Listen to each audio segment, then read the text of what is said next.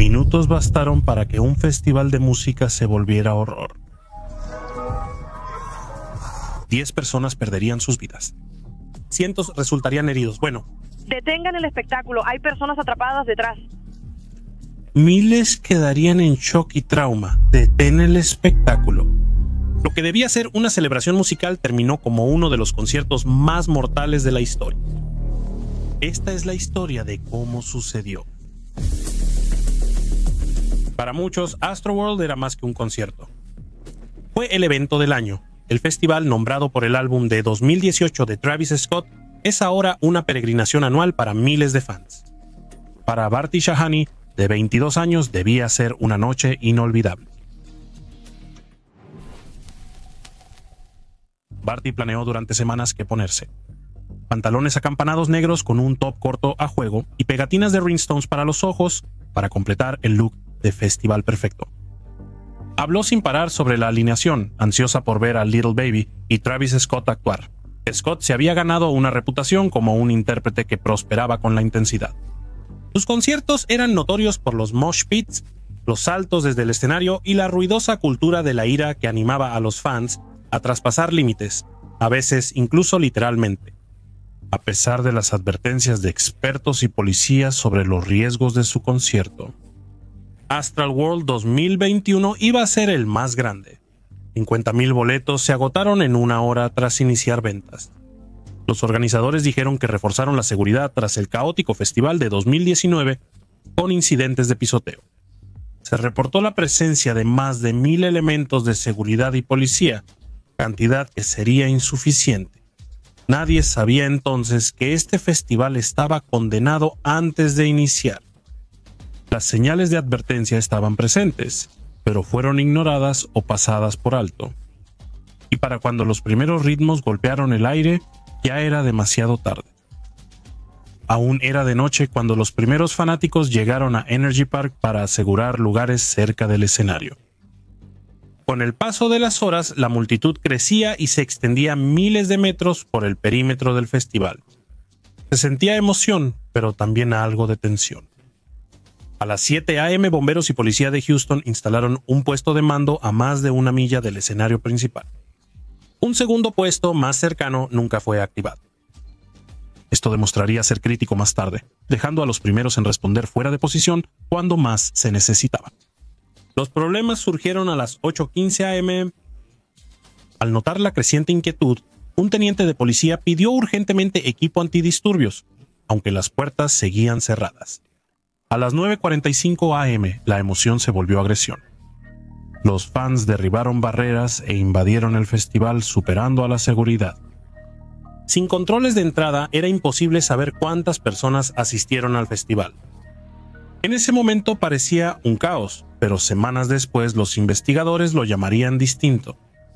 Una advertencia ignorada no mucho después de que otra señal de alerta se presentara. Los oficiales de bomberos de Houston llegaron para una inspección de seguridad, pero la firma de seguridad privada contratada no les permitió entrar. A pesar de las repetidas solicitudes, se les negó el acceso y se les entregó un mapa en lugar de un recorrido completo. Esto significaba que solo podrían evaluar los peligros del diseño, una vez que las puertas ya se hubieran abierto. Aún intentando manejar la situación, los oficiales de bomberos pidieron radios para comunicarse durante el evento, pero no se les dio ninguna. Solo se les dio un número móvil, inútil cuando las redes se saturan y las llamadas o mensajes quedan sin respuesta. Conforme pasaba el día, todo empeoraba. Según varios testigos, para media tarde, la seguridad había abandonado todos los esfuerzos por controlar a la multitud. Ya no había más controles de pulseras, ni más búsquedas de bolsos, ni más orientación direccional.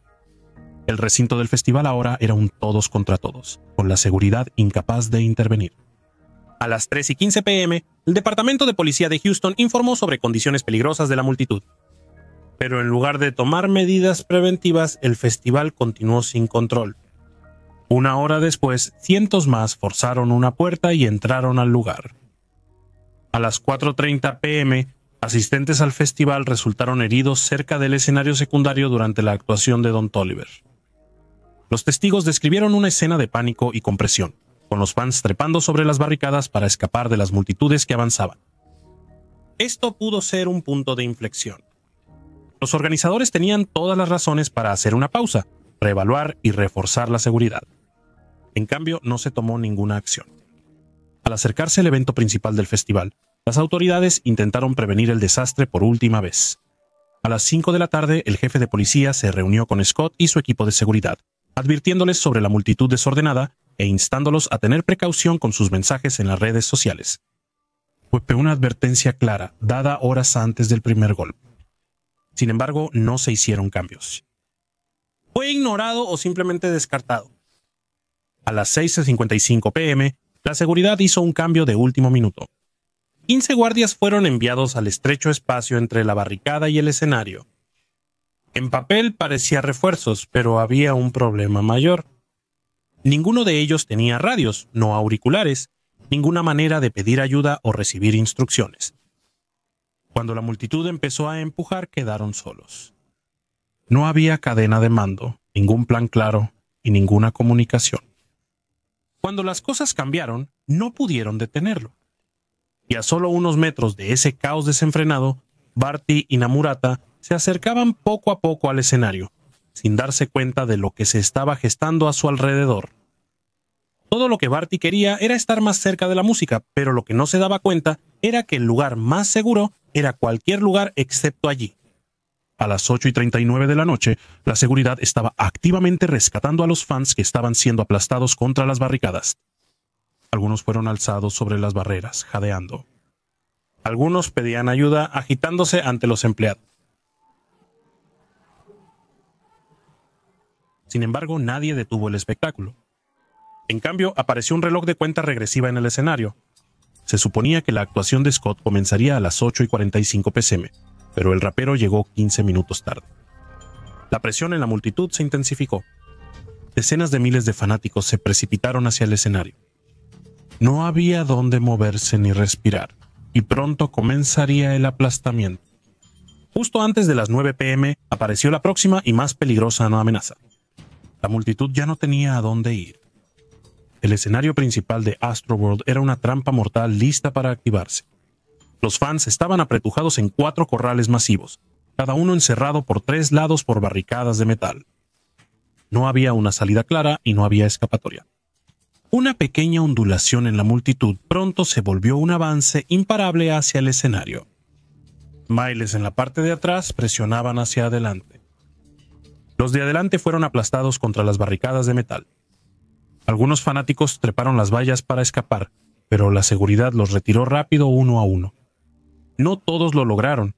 Decenas de miles de fanáticos, más apretados que nunca, se prepararon para el momento.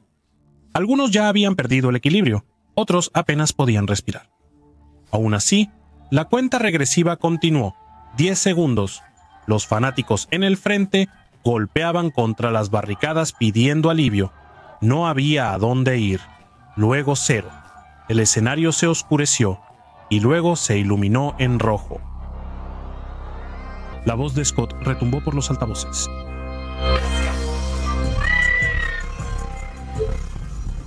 El ritmo inicial de Plan de Escape, una canción de apertura irónicamente espeluznante, porque para miles de fanáticos atrapados en el apretón no había escapatoria.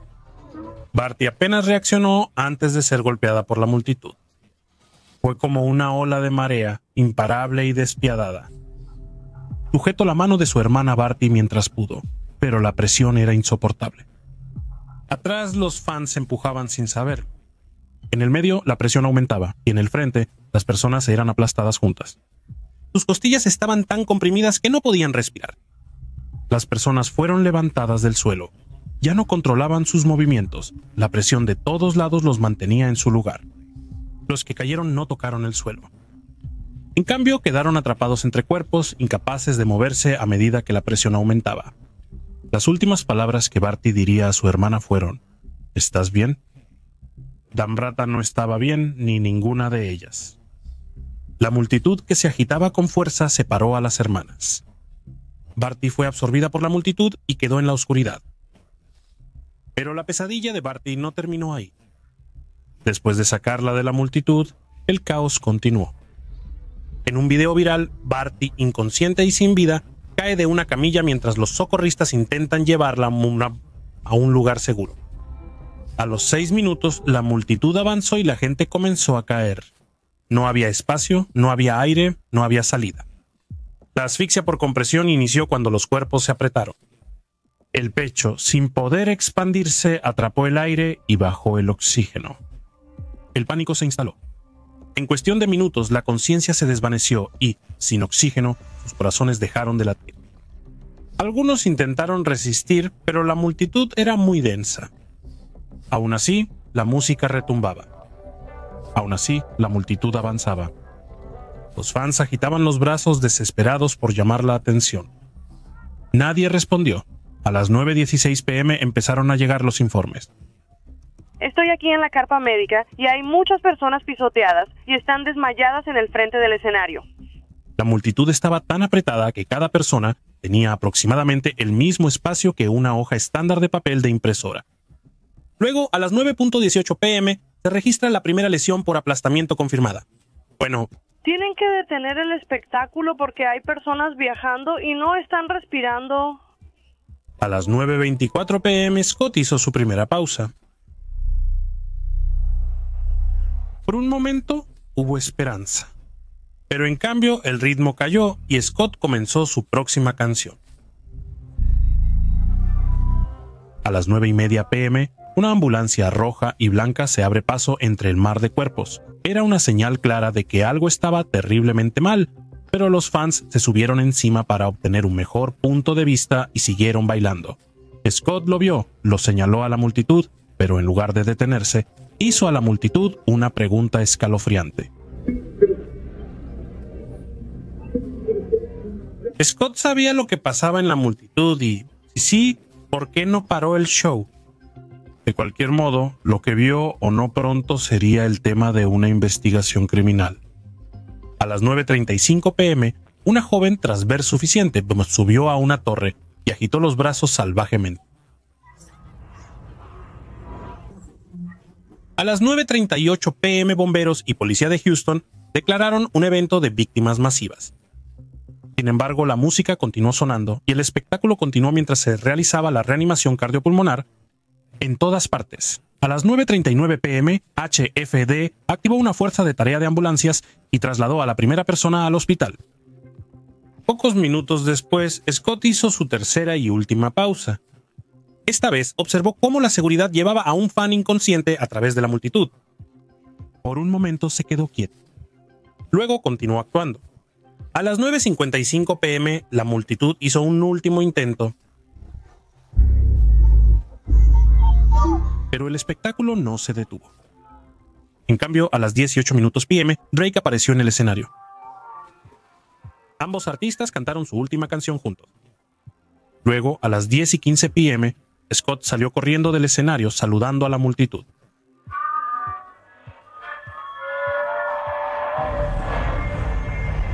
El espectáculo acabó, pero la tragedia seguía. Namrata se desmayó durante el apretón y fue llevada a un lugar seguro por un extraño, pero su hermana no estaba a la vista. Llamó a su móvil y un extraño respondió, diciéndole que Barty había sido pisoteada. Cuando su familia finalmente la localizó en el hospital, Barty estaba inconsciente, conectada a máquinas, su rostro hinchado hasta el punto de ser irreconocible. Sufrió varios ataques al corazón. Sin embargo, luchaba por su vida.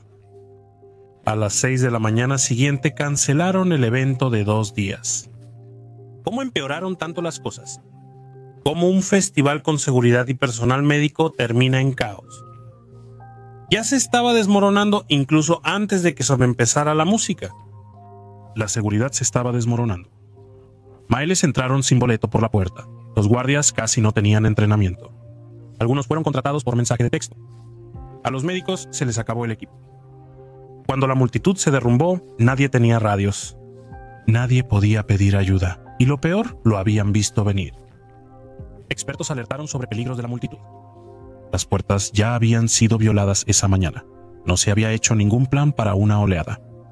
Nadie detuvo nada cuando todo empezó a desmoronarse. A medida que videos angustiosos inundaban las redes sociales, estalló la indignación. Comenzaron a llegar las demandas. Scott ofreció reembolsos y cubrió los costos del funeral, pero para las familias en duelo no fue suficiente. Al día siguiente intervino el FBI. El gobierno federal apoyaba a la policía de Houston en una de las mayores investigaciones de desastres de conciertos del país. La investigación revelaría innumerables fallos, pero en el centro de todo estaba una pregunta que nadie podía dejar de hacer. ¿Sabía Travis lo que estaba pasando? El equipo legal de Scott negó rápidamente toda responsabilidad. Scott mismo publicó una declaración en Instagram insistiendo en que no estaba al tanto del caos que se estaba desatando debajo de él. Solo quiero enviar oraciones a los que se perdieron anoche. Nunca podría imaginar que algo así simplemente sucediera. Pero las imágenes de la noche cuentan una historia diferente. Los fans pidieron ayuda. Algunos subieron a las plataformas de cámaras, gritando y agitando para detener el concierto. Incitó a los fans a enfurecerse, aun cuando la seguridad sacaba cuerpos inconscientes sobre las barricadas. Scott vio a personas colapsar, pero continuó actuando 32 minutos más tras anunciarse el evento con múltiples víctimas. Según la policía, el contrato de Scott con Apple Music, que estaba transmitiendo el concierto en vivo, incluía un pago de $4.5 millones si terminaba su actuación. ¿Lo sabía él entonces? No está claro. Pero lo que está claro es que a pesar de las señales de caos, Scott siguió adelante. ¿Influyó el pago en su decisión? El informe policial no lo dice. La pregunta seguía: ¿podía alguien ser realmente responsable? En junio de 2023, casi 2 años tras la tragedia, un gran jurado dio su respuesta. Decidieron no acusar a Travis Scott ni a ninguna otra persona nombrada en el caso penal. Después de una investigación de 19 meses, llegaron a esta conclusión. Determinar si hay suficientes pruebas para decir que ocurrió un delito. Solo causa probable, no prueba más allá de una duda razonable, sino solo si ocurrió un delito. ¿Hay causa probable para creer que ocurrió un delito en este caso? El gran jurado del Tribunal de Distrito 228 de Harris County encontró que no ocurrió ningún delito, que ningún individuo fue penalmente responsable. La batalla por respuestas y responsabilidad apenas estaba comenzando. Cientos de demandas inundaron representando a más de 1,000 víctimas. 2 de las más grandes vieron $2,750 millones en daños. Scott fue acusado de incitar al caos y no hacer nada para detenerlo. Live Nation y Scott Moore fueron golpeados por negligencia grave y Apple fue demandada por bloquear salidas con equipo de transmisión en vivo. Scott había construido su marca en el caos, pero para 10 personas ese caos se convirtió en una sentencia de muerte. El futuro de Rudy Pena apenas empezaba. A los 23 años soñaba con ser agente de la patrulla fronteriza. En cambio, tomó su último aliento en una sala de emergencias de un hospital. Danish Baig murió como un héroe, utilizando sus últimos momentos para proteger a su prometida de la mortal avalancha. Madison Dubinsky, ex porrista de secundaria, murió a los 23 años. Brianna Rodríguez, de 16 años, y John Hilgert, de 14 años, ambos perdieron sus vidas. Jacob Jack Jernick, de 20 años, de la Universidad del Sur de Illinois, y Axel Acosta, de 21 años, de Washington, han sido declarados muertos. Franco Patino estaba en el festival celebrando el cumpleaños de un amigo. Fue la última celebración para el joven de 21 años. Todos murieron de la misma manera. Asfixia por compresión. Estaban tan apretados que no podían respirar. Barty nunca despertó. Falleció en la unidad de cuidados intensivos tras 6 días en soporte vital. La víctima más joven de la tragedia, Ezra Blount, de 9 años, también murió después del festival. El joven niño sufrió graves heridas cuando cayó del hombro de su padre en la multitud caótica. Para el 2024, casi 3 años después, todas las familias que perdieron a sus seres queridos habían resuelto sus demandas por muerte injusta a puertas cerradas.